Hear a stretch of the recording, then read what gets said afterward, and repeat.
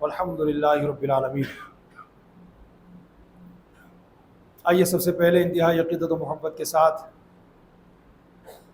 ہم اپنے ماں باپ سے زیادہ، اپنی اولاد سے زیادہ، اپنے کاروبار سے زیادہ، اپنی جان سے زیادہ جس پیارے نبی حضرت مکی مدنی محمد عربی صلی اللہ علیہ وسلم سے محبت کا دم بھرتے ہیں، اسی آقائے نامدار مکی مدنی تاجدار دونوں عالم کے مالک و مختار صلی اللہ علیہ وسلم کی بارگاہ بکس پناہ میں جی لگا کر، آواز سے آواز ملا کر کے اپنی محبت اور غلامی کا ثبوت اس طرح پیش کریں: الصلاۃ والسلام علیک یا رسول اللہ وعلی آلک واصحابک یا حبیب اللہ، الصلاۃ والسلام علیک یا نبی اللہ وعلی آلک واصحابک یا نور اللہ، صلی اللہ تعالی علیہ وسلم۔ نویت سنت الاعتکاف۔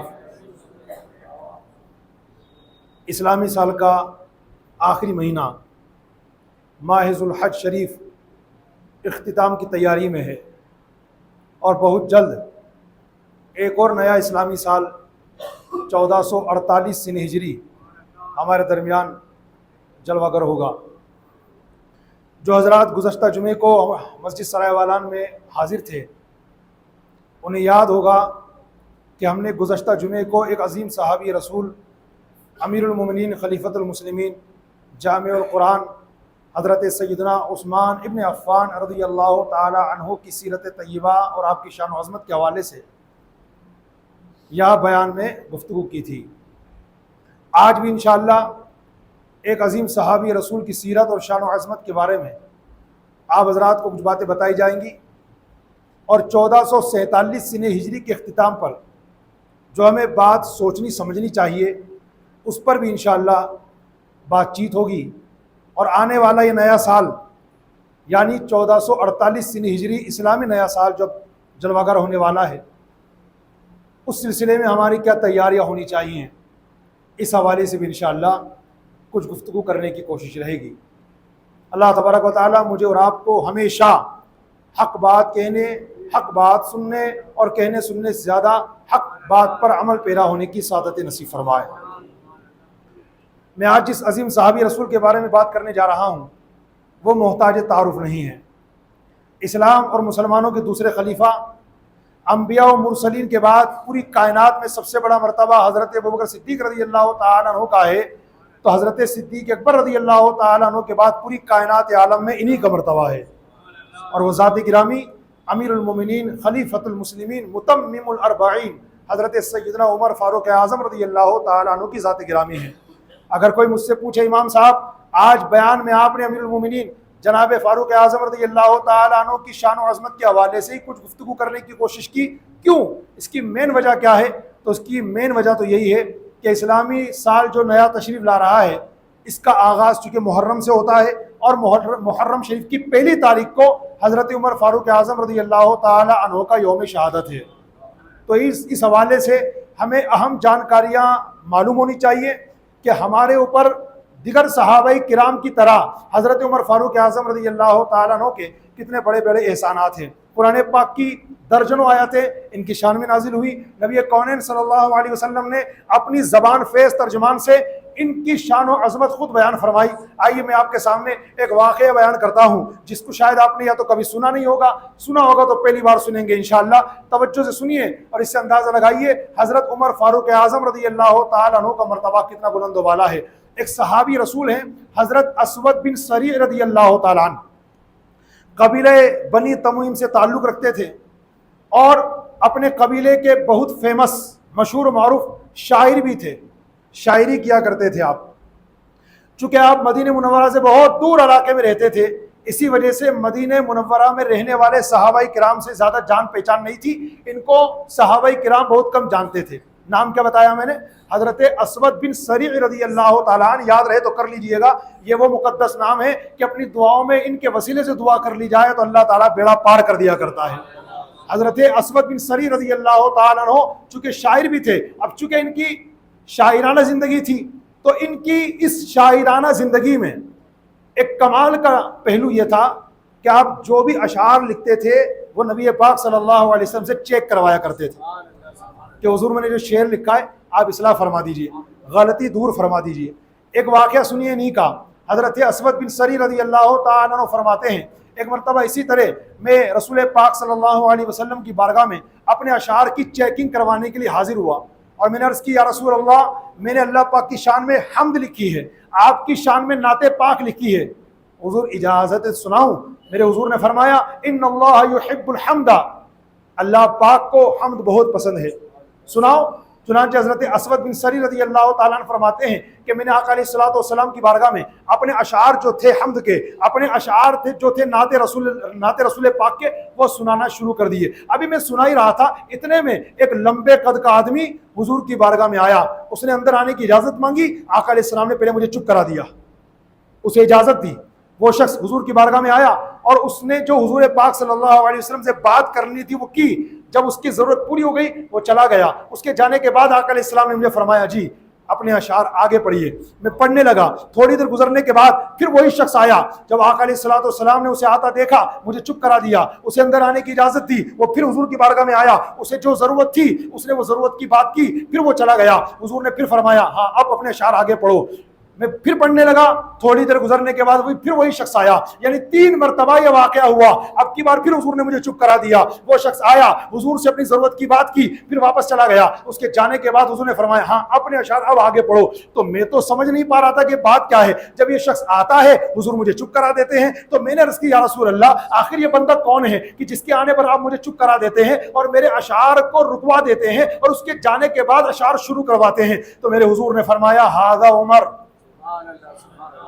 یہ حضرت عمر ہے، ھذا رجل لا يحب الباطل، یہ وہ شخص ہیں جو باطل کو پسند نہیں کرتے۔ یعنی میرے صحابی بات دراصل یہ ہے کہ تم میری بارگاہ میں حمد الہی سنا رہے ہو، میری بارگاہ میں نعت رسول سنا رہے ہو، اس میں چونکہ غلطیاں بھی ہوں گی میں اصلاح کر دوں گا، میں چونکہ رحمت للعالمین ہوں پیار محبت کے ساتھ اصلاح کر دوں گا، یہیں کہ یہاں بات ختم ہو جائے گی۔ لیکن اگر تم اشعار سناتے رہے اور اللہ نہ کرے غلطی آ گئی اور عمر نے سن لیا تو اسے برداشت نہیں ہو پائے گا، اس سے برداشت نہیں ہو پائے گا۔ اس لیے اس کے آنے کے بعد میں تمہیں چپ کراتا رہا تاکہ وہ سن نہ لے، اور کوئی غلطی اگر وہ سن لے تو اس سے پھر برداشت نہیں ہو سکتی۔ پیارے اسلامی بھائیوں، یہ حضرت عمر فاروق اعظم رضی اللہ تعالیٰ عنہ کا مرتبہ ہے کہ جن کے بارے میں حضور نے فرمایا ھذا رجل لا يحب الباطل، یہ وہ شخص ہیں جو باطل کو پسند نہیں کرتے۔ حضرت عمر فاروق اعظم رضی اللہ تعالیٰ عنہ کا اگر آپ ان شارٹ مختصر انداز میں انٹروڈکشن سننا چاہیں تو دل کے کانوں سے سنیے، یاد کرنا چاہیں تو کر لیجئے۔ حضرت عمر فاروق اعظم رضی اللہ تعالیٰ عنہ اسلام اور مسلمانوں کے دوسرے خلیفہ ہیں، بڑے اونچے مرتبے کے صحابی ہیں، عشرہ مبشرہ میں آپ کا شمار ہوتا ہے، یعنی وہ 10 صحابہ کرام رضی اللہ تعالیٰ عنہم جن کے بارے میں ایک حدیث پاک میں میرے آقا نے نام لے لے کر جنت کی خوشخبری عطا فرمائی ہے، ان میں ایک نام حضرت عمر فاروق اعظم رضی اللہ تعالیٰ عنہ کا ہے۔ لگے ہاتھوں اگر آپ مجھ سے یہ جاننا چاہیں امام صاحب یہ بتائیے، ہم نے بہت سن رکھا ہے عشرہ مبشرہ عشرہ مبشرہ عشرہ مبشرہ، جنت کی خوشخبری پانے والے 10 صحابہ کرام، ہمیں کچھ کے نام پتہ ہیں کچھ کے نام ہم نہیں جانتے، ہمیں بتائیے کہ آخر 10 صحابہ کرام ٹوٹل وہ کون کون ہیں جن کو آقا علیہ الصلوۃ والسلام نے ایک ہی حدیث پاک میں باقاعدہ نام لے لے کر کے جنت کی خوشخبری عطا فرمائی۔ تو آئیے ان جنتیوں کے نام دل کے کانوں سے سنیے، یاد کرنا چاہیں تو کر لیجئے۔ وہ 10 صحابہ کرام جن کو عشرہ مبشرہ کہا جاتا ہے، یعنی ایک ہی مجلس میں نبی پاک صلی اللہ علیہ وآلہ وسلم نے جن کو جنت کی خوشخبری عطا فرمائی، وہ 10 صحابہ کرام یہ ہیں: حضرت ابوبکر صدیق، حضرت عمر فاروق اعظم، حضرت عثمان غنی، حضرت مولا علی، حضرت سعد بن ابی وقاص، حضرت طلحہ بن عبید اللہ، حضرت سعید بن زید، حضرت زبیر بن عوام، حضرت عبد الرحمن بن عوف اور حضرت ابو عبیدہ بن جراح رضی اللہ تعالی عنہم۔ یہ وہ 10 صحابہ کرام خوش نصیب ہیں جن کو میرے آقا صلی اللہ علیہ وسلم نے ایک حدیث پاک میں نام لے لے کر کے جنت کی خوشخبری عطا فرمائی۔ ان میں دوسرا نام کس کا ہے؟ حضرت عمر فاروق اعظم رضی اللہ تعالی عنہ کا۔ مکہ مکرمہ میں آپ پیدا ہوئے اور ایک روایت کے مطابق 39 یعنی 39 مردوں کے بعد آپ نے اسلام قبول کیا۔ اسی بنیاد پر آپ کا ایک لقب ہے متمم الاربعین، یعنی 40 کا فیگر پورا کرنے والے۔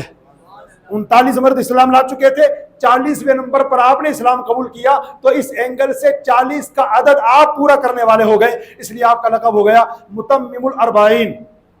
63 سال اس دنیا میں آپ تشریف فرما رہے اور 10 سال 5 مہینے 21 دن تک آپ نے خلافت کے فرائض کو بہت بہترین طریقے سے سر انجام دیا، یہاں تک کہ 1 محرم، پہلی محرم کو آپ پر قاتلانہ حملہ ہوا اور آپ نے پہلی محرم کو جام شہادت نوش فرمایا۔ اگرچہ روایت یہ بتاتی ہے کہ آپ پر جو قاتلانہ حملہ ہوا تھا وہ 1 محرم سے 2 دن پہلے ہوا تھا، یعنی 28 ذوالحج کو آپ نماز فجر پڑھا رہے تھے، اس وقت ظالم نے نماز ہی کے عالم میں آپ پر بہت کارش ضرب لگائی، اور اسی وقت آپ زمین پر تشریف لے آئے، اور پھر وہ سارا واقعہ ہے کہ ایک صحابی نے جلدی سے آگے بڑھ کر کے جو ہے نماز پڑھائی تاکہ نماز کا وقت نکل نہ جائے، اور جو بھاگ رہا تھا اس سے پکڑا، جب اس نے دیکھا کہ میں تو پھنس گیا تو اس نے اپنے آپ کو نیزہ مار کر کے خودکشی کر لی۔ حضرت عمر فاروق اعظم رضی اللہ تعالیٰ عنہ پر 28 ذی الحجہ کو قاتلانہ حملہ ہوا، 2 دن آپ بقید حیات رہے، اور 1 محرم کو آپ نے جام شہادت نوش فرما لیا، یعنی اس دنیا سے آپ نے ظاہری پردہ فرما لیا۔ انتقال شریف فرمانے کے بعد حضرت صہیب رضی اللہ تعالیٰ عنہ نے آپ کی نماز جنازہ پڑھائی اور آپ کو وہاں دفن کیا گیا جو حصہ پوری کائنات میں سب سے افضل و اعلیٰ ہے، یعنی ہمارے پیارے آقا صلی اللہ علیہ وسلم جہاں تشریف فرما ہے، حضور کے پہلو میں حضرت صدیق اکبر تشریف فرما ہے، اور حضرت صدیق اکبر کے پہلو میں حضرت عمر فاروق اعظم کو دفن ہونے کی سعادت نصیب ہوئی۔ یہ شان و عظمت ہے حضرت عمر فاروق اعظم رضی اللہ تعالیٰ عنہ کی۔ قرآن پاک میں ویسے تو کئی آیاتیں جو جناب فاروق اعظم رضی اللہ تعالیٰ عنہ کی شان میں نازل ہوئی ہے، ان درجنوں کئی آیتوں میں سے صرف ایک آیت میں آپ کے سامنے رسول برکت کے لیے پڑھ رہا ہوں۔ قرآن پاک کا 28واں پارہ نکالیے گا، سورۃ التحریم دیکھیے گا، سورۃ التحریم کی 4تھی آیت پڑھیے گا تو اس میں یہ بھی ہے فَإِنَّ اللَّهَ هُوَ مَوْلَاهُ وَجِبْرِيلُ وَصَالِحُ الْمُؤْمِنِينَ۔ ویری ایزی ٹرانسلیشن، بہت آسان ترجمہ یہ ہے، بے شک اللہ خود ان کا مددگار ہے، اور جبریل بھی مددگار ہیں، اور نیک ایمان والے بھی مددگار ہیں۔ اب یہ آیت کریمہ کس کی شان میں نازل ہوئی؟ حضرت عبداللہ ابن مسعود رضی اللہ تعالیٰ عنہ فرماتے ہیں، یہ اس آیت کریمہ میں جو اللہ نے فرمایا نا وَصَالِحُ الْمُؤْمِنِينَ کہ نیک ایمان والے بھی ان کے مددگار ہیں، یعنی نیک ایمان والے سے مراد کون ہے؟ فرماتے حضرت ابو بکر اور حضرت عمر۔ پیارے آقا کریم صلی اللہ علیہ وآلہ وسلم نے اپنے اس جانثار یعنی حضرت عمر فاروق اعظم رضی اللہ تعالیٰ عنہ کے بارے میں اپنی کئی حدیثوں میں الگ الگ انداز سے ان کے مرتبوں کو بیان فرمایا۔ ایک حدیث پاک میں میرے حضور فرماتے ہیں، آسمان کا ہر فرشتہ عمر کی عزت کرتا ہے، زمین کا ہر شیطان میرے عمر کے خوف سے لرزتا ہے۔ ایک حدیث پاک میں میرے حضور نے فرمایا، جس نے عمر سے محبت کی اس نے مجھ سے محبت کی، جس نے عمر کو ناراض کیا اس نے مجھے ناراض کیا۔ ایک حدیث پاک میں حضور نے فرمایا، اللہ کی رضا عمر کی رضا میں ہے اور عمر کی رضا اللہ کی رضا میں ہے۔ ایک حدیث پاک میں میرے حضور صلی اللہ علیہ وسلم نے فرمایا، میں اپنی نگاہ نبوت سے دیکھ رہا ہوں کہ انسانوں کے شیطان ہو یا جناتوں کے شیطان ہو، قد فروا من عمر، میرے عمر کو دیکھتے ہی راستہ چینج کر دیتے ہیں۔ یہ شان و عظمت ہے حضرت عمر فاروق اعظم رضی اللہ تعالیٰ عنہ کی۔ اسی وجہ سے بات پہ بات آئی ہے تو ہمارے بزرگوں کا بتایا ہوا ایک عمل پیش کرتا ہوں۔ کچھ لوگ ہمارے بالخصوص جو جوانی کی دہلیز پر نیا نیا قدم رکھتے ہیں تو کئی مرتبہ ایسا ہوتا ہے کہ خواہشات نفس غالب ہوتی ہے، اور آئے دن رات کو غسل فرض ہوتا رہتا ہے، جب بھی وہ اٹھتے ہیں غسل فرض، جب بھی اٹھتے ہیں غسل فرض، تقریباً روزانہ ہی ان کو یہ بیماری ہو چکی ہے، بڑے پریشان رہتے ہیں، دوائیاں بھی لے لی ہیں، علاج بھی کروا لیا، مگر وہ جیسا چاہتے ہیں فائدہ نہیں ہو پاتا۔ تو بزرگوں کا ایک عمل بتایا ہوا ہے، وہ فرماتے ہیں کہ جو معاملہ ہوتا ہے یہ کس کی طرف سے ہوتا ہے؟ گندے خواب کی طرف سے۔ اور گندا خواب کیوں آتا ہے؟ شیطان کی طرف سے۔ اور شیطان کو بھگانے کا بہت بہترین طریقے جو ہمیں دیے گئے ہیں، اعوذ باللہ پڑھ لی جائے، لاہور شریف پڑھ لی جائے، اور بھی بہت سارے طریقے، ان میں ایک یہ بھی ہے حضرت عمر کا نام لے لیا جائے۔ تو سونے سے پہلے جو شخص شہادت کی انگلی سے اردو میں یا عربی میں اپنے سینے پر لکھ لے یا عمر، انشاءاللہ اس کی بیماری ختم ہو جائے گی۔ یہ جو روز کا چکر ہو گیا ہے نا، بندہ پریشان ہوتا ہے، کئی مرتبہ فجر کی نماز قضا ہو جاتی ہے، کئی مرتبہ جماعت نکل جاتی ہے، کئی مرتبہ بس آخری وقت چل رہا بندہ جلدی سے نیت بن کے سنتیں تو چلی گئی، خالی فرض پڑھ رہا ہے، کیوں یار کیا کروں، بڑا پریشان ہوں۔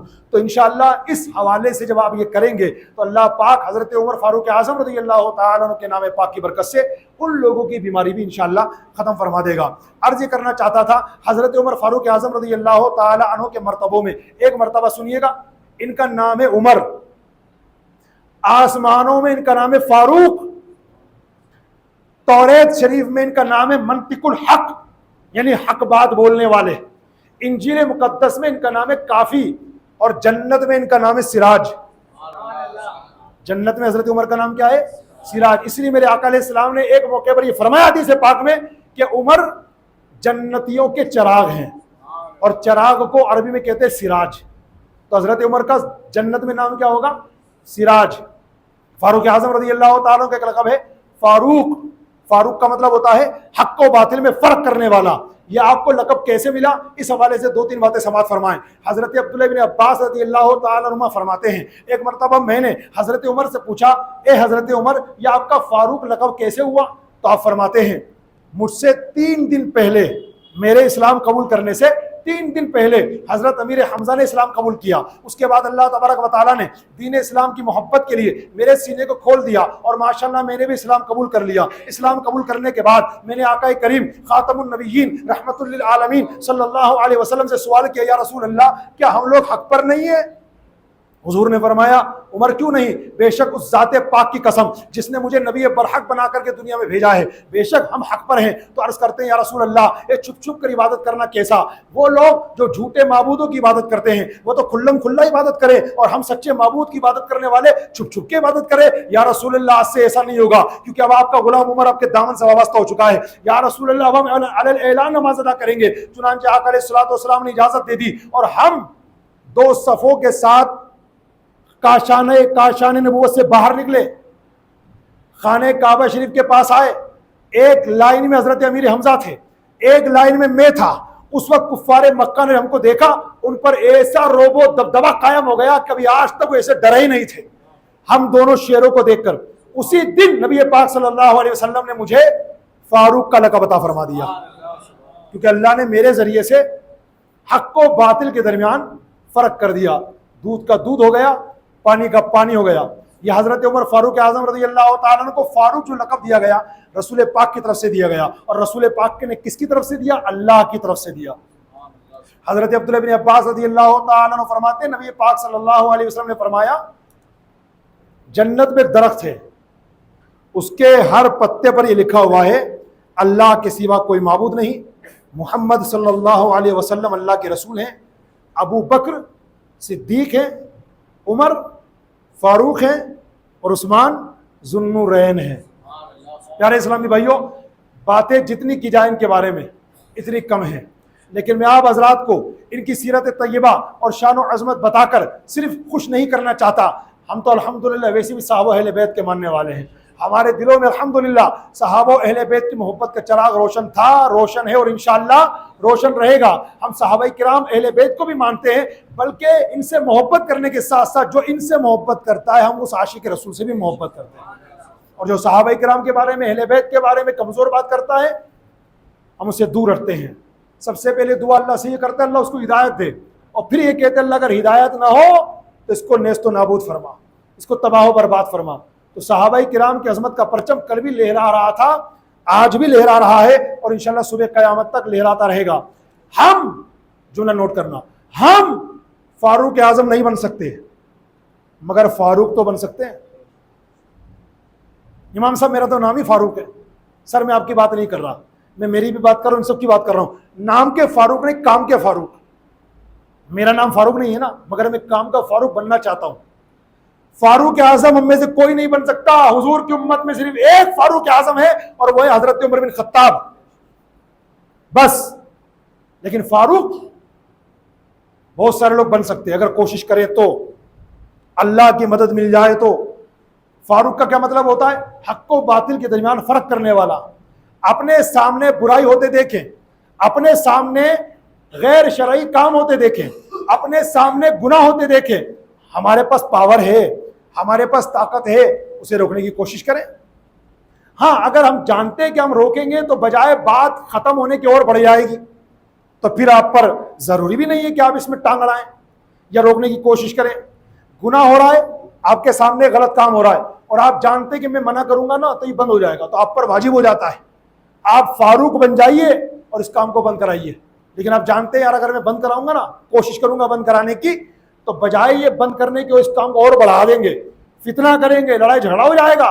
تو پھر آپ پر یہ ضروری نہیں ہے کہ آپ اس کام کو بند کرائیں، بس اللہ سے دعا کریں کہ اللہ ان کو ہدایت عطا فرما.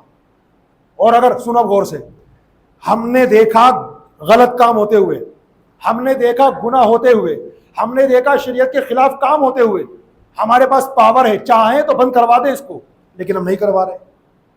تو ہمیں ڈرنا چاہیے جو عذاب غلط اور گناہ کا کام کرنے کی وجہ سے ان لوگوں کو ہوگا، ان لوگوں کا یہ کام چلتا ہوا دیکھنے کے باوجود، پاور ہونے کے باوجود نہ روکنے کی وجہ سے ہمیں بھی ہوگا۔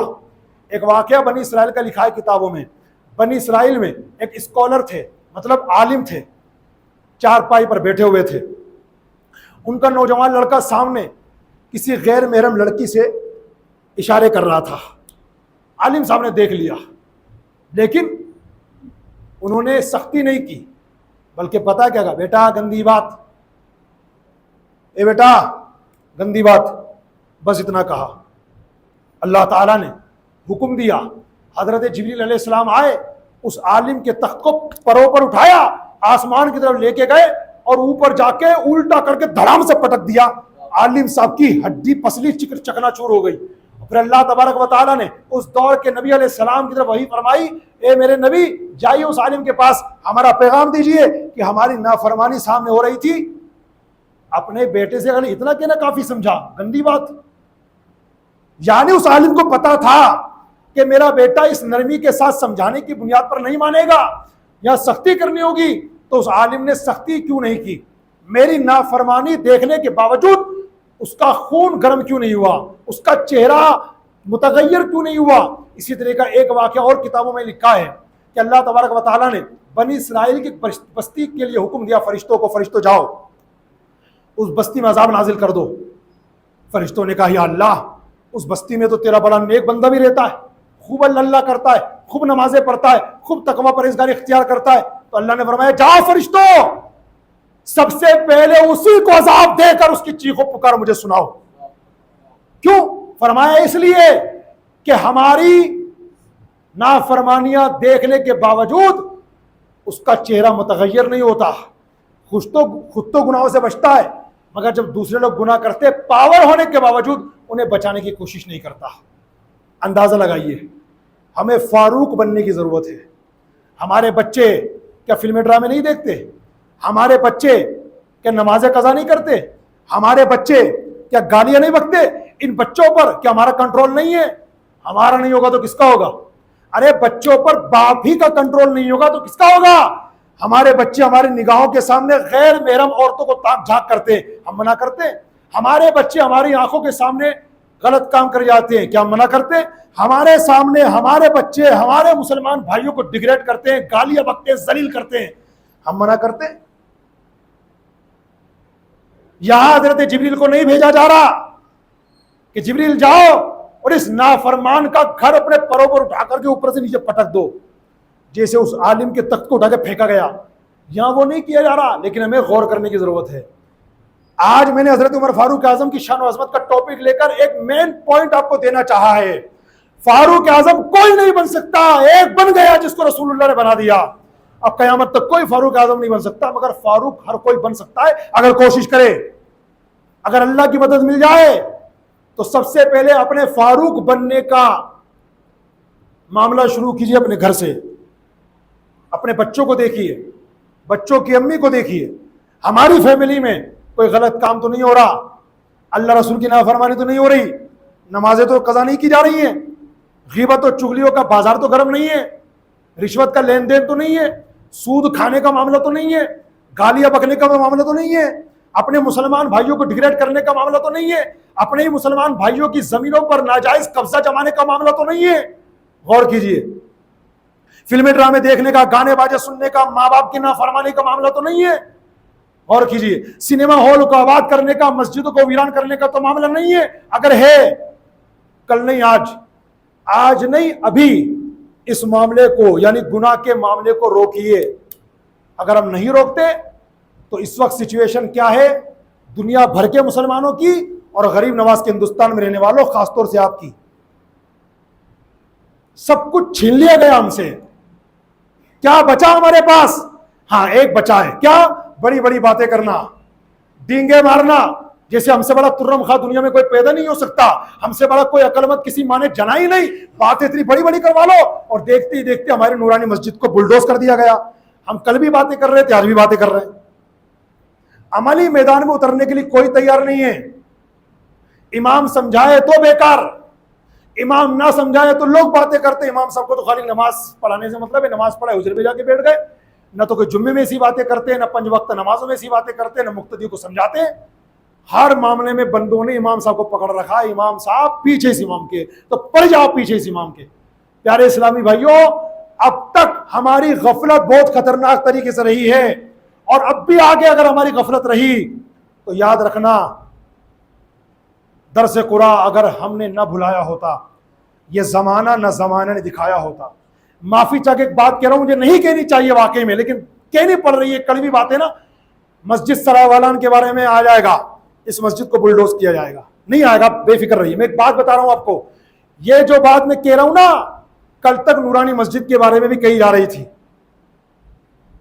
اور اتنے کانفیڈنس سے کہی جا رہی تھی کہ ہم، یعنی مسجد کمیٹی والوں کے پاس اس کا پٹا موجود، مسجد کمیٹی والوں کے پاس اس مسجد کا قانونی معاملہ ہونے کا پروف موجود۔ 1981 میں 1981 میں اس مسجد کی سنگ بنیاد کو رکھا گیا، پٹا موجود، کاغذات موجود، سارے پروف موجود۔ یہ اویدھ نہیں ہے، مگر اویدھ ثابت کر دیا گیا، بلڈوز کر دیا گیا۔ ودھایکوں نے بھاشن دیے کہ نہیں؟ بہت دیے۔ فرق پڑا؟ کچھ نہیں پڑا۔ یہ کہہ کر آپ کا منہ بند کر دیا گیا کہ آپ کو یہاں سے 8 کلومیٹر کوئی جگہ دے دی جائے گی، اس کے بدلے میں مسجد سرائے والان اویدھ روپ سے قائم کی گئی ہے، اس کو بلڈوز کیا جائے گا۔ آپ لوگوں کو بھی ناگوری کوٹ کی طرف زمین دے دی جائے گی۔ پتہ ہے کیا کریں گے ہم؟ باتیں کریں گے، اپنے ودھائک کو کمپلینٹ کریں گے، ودھائک صاحب آئیں گے، میٹنگ کریں گے، بھاشن دیں گے، میڈیا والے کیچ کریں گے، وائرل کریں گے۔ اس کے بعد کیا ہوگا؟ 3 دن 5 دن کا ٹائم دیا جائے گا، بلڈوزر آئے گا، بلڈوز کر کے چلا جائے گا۔ ہم کیا کریں گے؟ پہلے بھی باتیں کر رہے تھے، اب بھی باتیں کر رہے، ہوگا کچھ نہیں انشاءاللہ۔ ایسے صرف ایگزامپل کے طور پر بتا رہا ہوں، ایک نورانی مسجد بلڈوز کر دی گئی تو اس سے یہ مت سمجھنا کچھ نہیں ہونے والا۔ بہت کچھ ہندوستان کی سرزمین پر پہلے ہو چکا ہے، پریزنٹ ٹائم میں ہو رہا ہے، فیوچر میں بھی ہوگا۔ مسلمان تو کیا کر رہا ہے؟ تو یہ دیکھ، غفلت کی چادر تانے میں کل بھی سو رہا تھا، آج بھی سو رہا ہوں، اور کل بھی سوؤں گا اگر یہی سچویشن رہی تو۔ ہمارے پاس صرف ایک چیز بچی ہے، بس ایک چیز، وہ کیا؟ بڑی بڑی باتیں کرنا، ڈینگے ہانکنا۔ مجھے ایمانداری سے بتاؤ، نورانی مسجد کے بلڈوز ہونے کے بعد ہمارے مسلمانوں میں کتنے پرتیشت نمازی پڑھے ہیں؟ بتائیے۔ نہیں بتاتے مجھے، اپنے آپ کو بتائیے۔ نورانی مسجد کے شہید ہو جانے کے بعد باہر نہیں، اونلی جے پور میں کتنے پرتیشت نمازیوں کا اضافہ ہوا ہے؟ کیا کہیں گے اس کو آپ؟ یہ کچھ نہیں ہے، صرف مسلمان کی غفلت کی چادر تان کے سونا، بس، اس کے علاوہ کچھ نہیں ہے۔ دعوے تو بڑے بڑے کرتا ہے کہ میں مسجدوں سے پیار کرتا ہوں، مسجد کے لیے گردن کٹا دوں گا۔ تیرے کٹنے سے پہلے مسجد کو کاٹ دیا گیا، کوئی ایکشن لیا؟ کیا لیا تھا؟ اس کی سنوائی نہیں ہوئی، اویدھ ثابت کر کے بلڈوز کر دیا گیا۔ گزارش میری یہ پیارے اسلامی بھائیوں، اب آگے کوئی ظلم نہ ہو، کوئی اتیاچار نہ ہو، اس کے لیے ہمیں پلاننگ کرنی ہوگی۔ ہر بات میں اپنے علماء کو مت گھسیٹا کرو کہ علماء کیا کر رہے ہیں۔ وہ علماء میرے سر کے تاج، میں ان کو سیلیوٹ کرتا ہوں جو آج بھی اپنی اس قوم کو جاگروک کرنے کی کوشش کر رہے ہیں۔ ان علماء پر جو علماء کہلاتے ہیں مگر میری نظر میں علماء نہیں ہیں، جو صرف مسجد میں آتے ہیں، نماز پڑھائی، چلو اجرے میں، ان کو دین کون سکھائے گا؟ عشاء کی نماز کے بعد بٹھا کر کے تفسیر کا درس کون دے گا؟ ان کے مسائل کون حل کرے گا؟ جمعہ کے اندر ادھر ادھر کی باتیں ختم کر کے صرف کام کی بات، دین کی بات، شریعت کی بات اور قوم کی بہتری کی بات کون کرے گا؟ یقیناً ایسے امام بھی الحمدللہ اسی سوسائٹی میں موجود ہے، لیکن ایسے امام بھی موجود ہیں جو صرف ٹائم پاس کر رہے ہیں۔ ان کے ٹائم پاس کرنے کی بنیاد پر یہ قوم گمراہ ہو چکی ہے، یہ قوم گمراہ ہو گئی، اور اس امام کے صحیح کام نہ کرنے کی وجہ سے اس قوم نے الگ الگ مسئلے گڑھ لیے۔ امام صاحب نے تو چونکہ بتائے نہیں، تو اس قوم نے الگ الگ مسئلے اپنے تئی گڑھ لیے۔ یہ ردت میں نا عورت ناخن نہیں کاٹ سکتی، کیوں گڑھ لیا ہے مسئلہ؟ کیونکہ ہمارے امام صاحب نے بتایا نہیں۔ امام صاحب اس کو ڈیفائن کرتے، کس نے کہہ دیا کہ عورت اگر عدت میں ہو تو ناخن نہیں کاٹ سکتی؟ بالکل کاٹے گی۔ بلکہ اگر 40 دن سے زیادہ ناخن پڑ جائیں، چاہے مرد ہو یا عورت ہو، 41واں دن جیسے لگے گا مکروہ تحریمی کا ارتکاب ہو جائے گا۔ اور فتاوی فیض الرسول میں حضرت علامہ مفتی جلال الدین امجدی رحمۃ اللہ علیہ در مختار کے حوالے سے لکھتے ہیں کہ جو عذاب جہنم کی آگ میں حرام کام کرنے والوں کو دیا جائے گا، سیم وہی عذاب مکروہ تحریمی کام کرنے والوں کو دیا جائے گا۔ اس قوم نے یہ غلط مسئلہ کہاں سے پیدا کر لیا کہ عدت والی عورت ناخن نہیں کاٹے گی؟ کیونکہ امام صاحب نے ان کو جاگروک نہیں کیا۔ یہ قوم جب جمعہ کا خطبہ سننے کے لیے آتی ہے، امام صاحب خطبہ پڑھ رہے ہیں تو کوئی ادھر دیکھ رہا ہے، کوئی ادھر دیکھ رہا ہے، کوئی پالتی مار کے بیٹھا ہوا ہے، کوئی ٹیک لگا کے بیٹھا ہوا ہے۔ یہ سچویشن کیوں بنی؟ کیونکہ امام صاحب نے آج تک بیان ہی نہیں کیا کہ خطبے کے آداب کیا ہیں۔ امام صاحب کو چاہیے تھا کہ بتاتے کہ خطبہ سننے کے آداب میں سے یہ ہے کہ جب پہلا خطبہ ہو، دو زانو ہو کر کے بیٹھے اور آواز اپنے ہاتھ ایسے باندھ لے جسے نمازی نماز میں باندھتا ہے، اور جب دوسرا خطبہ ہو تو اپنے ہاتھوں کو رکھ لے ران پر جسے تحیات میں رکھتے ہیں۔ اس کی برکت سے امام اہل سنت اعلیٰ حضرت نے فتاوی رضویہ میں فرمایا جو اس طریقے سے ادب کے ساتھ جو ہے خطبہ سنے گا، اللہ پاک اس کو وہیں پر 2 رکعت نفل پڑھنے کا ثواب عطا فرمائے گا۔ بتایا امام صاحب نے؟ کبھی نہیں بتایا۔ یہ قوم گمراہ ہو گئی۔ یہ باتیں کچھ لوگوں کو بہت بری لگتی ہیں، امام صاحب کو ایسا نہیں کہنا چاہیے تو کیا کریں؟ ہماری تباہی کے ذمہ دار ہم خود بھی ہیں، مگر وہ لوگ بھی ہیں جو ہمیں گائیڈ کرنے والے تھے مگر انہوں نے گائیڈ نہیں کیا۔ اگر ہم اپنے بچے کو نہیں روکیں گے، بچہ سیڑھی سے گر جائے گا۔ میرا بچہ ہے 1.5 سال کا، آپ کا بچہ 2 سال کا، آپ کا بچہ 1 سال کا، وہ جا رہا ہے گھوڑا بن کے، کہاں جا رہا ہے؟ سیڑھی کی طرف۔ کیا بچہ انجام جانتا ہے کہ میں سیڑھی سے گر سکتا ہوں تو مجھے کیا ہو جائے گا؟ وہ نہیں جانتا۔ تب اس تو سیڑھی کی طرف جا رہا ہے، باپ جلدی سے بھاگے گا، ماں جلدی سے بھاگے گی، اور میرا بچہ بالکل اسی طریقے سے۔ صرف مثال ادھارن سے ہی سمجھا رہا ہوں، یہ قوم جہنم کی طرف گر رہی ہے۔ امام صاحب آپ اس قوم کے ماں باپ ہیں، امام صاحب آپ اس قوم کے گائیڈ کرنے والے ہیں، آپ اس قوم کے گارجن ہیں۔ اگر آپ نے اس کو نہیں سنبھالا، جس طریقے سے بچے کو نہ سنبھالے جانے کی بنیاد پر سیڑھیوں سے نیچے گر جائے گا، اسی طریقے سے اس قوم کو نہیں سنبھالا جائے گا، یہ قوم نیچے جہنم میں گر جائے گی۔ حسن رضا تو بھی سمجھ جا، فالتو باتیں نہیں جمعہ میں، صرف دین کی بات، صرف شریعت کی بات، صرف قوم کی بہتری کی بات، صرف وہ بات کر جس سے اللہ رسول راضی ہو۔ یہاں پر آ کر اپنے گھر کے قصے مت سنایا کر، یہاں پر آ کر اپنے کاروبار بزنس کی باتیں مت کیا کر۔ یہاں جب بھی تو کہے گا اللہ کی بات کرے گا، جب بھی تو کرے گا رسول اللہ کی بات کرے گا، جب بھی تیری زبان کھلے گی جمعہ میں تو صرف شریعت و سنت کی بات کرے گا، اپنی قوم کی بہتری کی بات کرے گا۔ انشاءاللہ تیرے مرنے کے بعد یہ قوم تجھے یاد رکھے گی، ورنہ ایسے کتنے لوگ دنیا سے چلے گئے، پتہ ہی نہیں ہے قبر کہاں ہے، لوگ ان کو بھول گئے، فراموش کر گئے۔ قرآن پاک کے 27ویں پارے میں سورہ رحمان موجود ہے، آپ سبھی حضرات کو یاد ہوگا۔ سورہ رحمان میں یہ آیت کریمہ بھی ہے، هل جزاء الاحسان الا الاحسان، احسان کا بدلہ صرف احسان ہے۔ تو اگر آپ قوم کے ساتھ احسان کریں گے، بھلائی کریں گے، یہ قوم آپ کے ساتھ اچھے سے پیش آئے گی۔ اور اگر میرا ایمان صرف اسی میں رہے کہ یار میں کتنی تقریریں کرتا ہوں، میرا پسینہ نکل جاتا ہے، پھر بھی یہ قوم مجھے نذرانہ نہیں دیتی، تو یاد رکھنا اس طریقے سے دنیا بھی برباد ہو جائے گی، اپنی قوم کو کچھ بھی نہیں دے کے جائیں گے۔ ہندوستان جس تباہی کے دہانے پر کھڑا ہوا ہے، شرم و حیا ایک جگہ تار تار ہو گئی، ظلم و بربریت نے الگ سر اٹھایا ہے، فتنوں نے الگ ماحول کو خراب کر رکھا ہے، اور ایسے عالم میں ان بیچارے مظلوم مسلمانوں کا کون چارہ گر ہے، کون پرسان حال ہے؟ مسلمانوں تمہیں ایکٹیو ہونا ہوگا، یونائٹیڈ ہونا ہوگا۔ اب ادھر ادھر کی باتیں کر کے اپنے ہی دل میں اپنے ہی ایمان والوں کے بغض و کینے بھر بھر کر کے جیو گے تو کبھی کامیاب نہیں ہو سکو گے۔ سو پلیز ہمیں آج بیدار ہونا ہوگا۔ اب کسی نورانی مسجد پہ بلڈوز نہ چلے، اب کہیں کسی مسلمان پر، بلکہ انسان ہونے کے ناطے کسی بھی انسان پر، چاہے وہ مسلمان ہو، چاہے ہندو ہو، چاہے سکھ ہو یا عیسائی ہو، کسی پر بھی انسانیت کے ناطے ظلم و بربریت کا ننگا ناچ نہیں رچا جائے گا۔ انشاءاللہ جب ہم لوگ جاگروک ہو کر کے اس حوالے سے انشاءاللہ پلاننگ کریں گے، اور اپنے جو پڑھے لکھے لوگ ہیں یا جناب والا جو بھی اس حوالے سے پڑھے لکھے اور سمجھدار لوگ کہلاتے ہیں، ان کے مشورے سے آگے چلیں گے تو انشاءاللہ ہماری قوم جو کل تک سر اٹھا کے چلتی تھی، آج جس عظیم ذات کا میں نے ذکر خیر کیا، یعنی حضرت عمر فاروق اعظم 10 سال 5 مہینے 21 دن تک خلیفہ بنے رہے اور آدھی دنیا پر حکومت کر کے گئے آپ۔ فاروق اعظم کیسے؟ ظلم و بربریت کی بنیاد پر نہیں، حسن اخلاق کی بنیاد پر۔ وہی حسن اخلاق ہمیں بھی اپنانے ہوں گے، وہی عادتیں اور وہی سیرت طیبہ کے پہلو ہمیں بھی فالو کرنے ہوں گے. اسی لیے میں نے کہا تھا قیامت تک کوئی فاروق اعظم تو نہیں بن سکتا, کیونکہ ایک فاروق اعظم رسول اللہ بنا چکے, لیکن فاروق ہر کوئی بن سکتا ہے اگر کوشش کرے.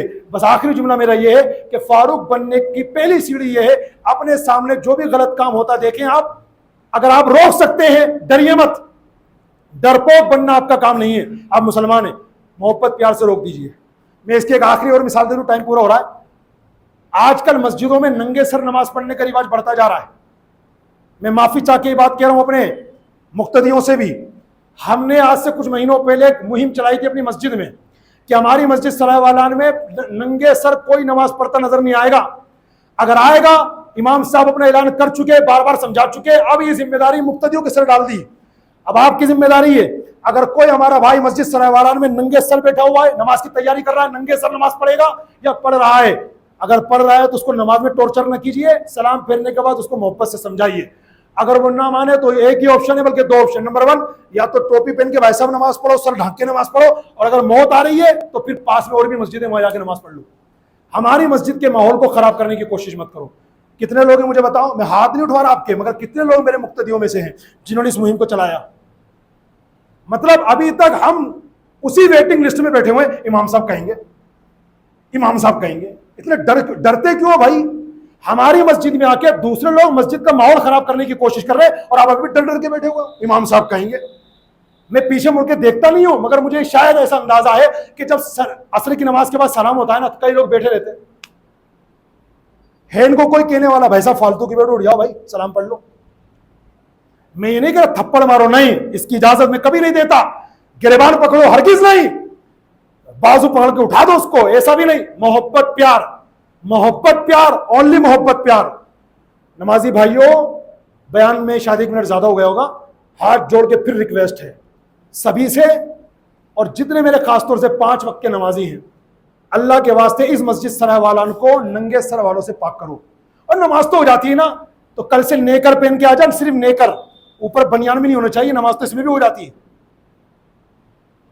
پتا ہے شرائط نماز میں ستر عورت ہے, مطلب ناف کے نیچے سے لے کر گھٹنے سمیت کا جو حصہ ہے نا, بس اس کو چھپانا ضروری ہے, شرط ہے. تو آپ بنیان کے بغیر نماز میں تو سلو ہو جاتی ہے, کیا کرو گے؟ تو آج تو ٹوپی کو چھوڑا, کل کے بنیان چھوڑ دو گے, مذاق بنا رکھا گا نماز کا. سو پلیز میرے پیارے اسلامی بھائیوں, میں نے اب آپ کو ایک بار پھر یہ ذمہ داری دے دی جس کو بھول گئے تھے آپ. انتظار مت کرو, امام صاحب کہیں گے. کتنی بار کہیں پسینہ نکل رہا بھائی, آپ تو آرام سے بیٹھے ہو, کوئی دقت نہیں ہے, ہمارا پسینہ نکل رہا ہے. سمجھاتے سمجھاتے اب کم سے کم تھوڑا بہت کام آپ بھی کر لو بھائی.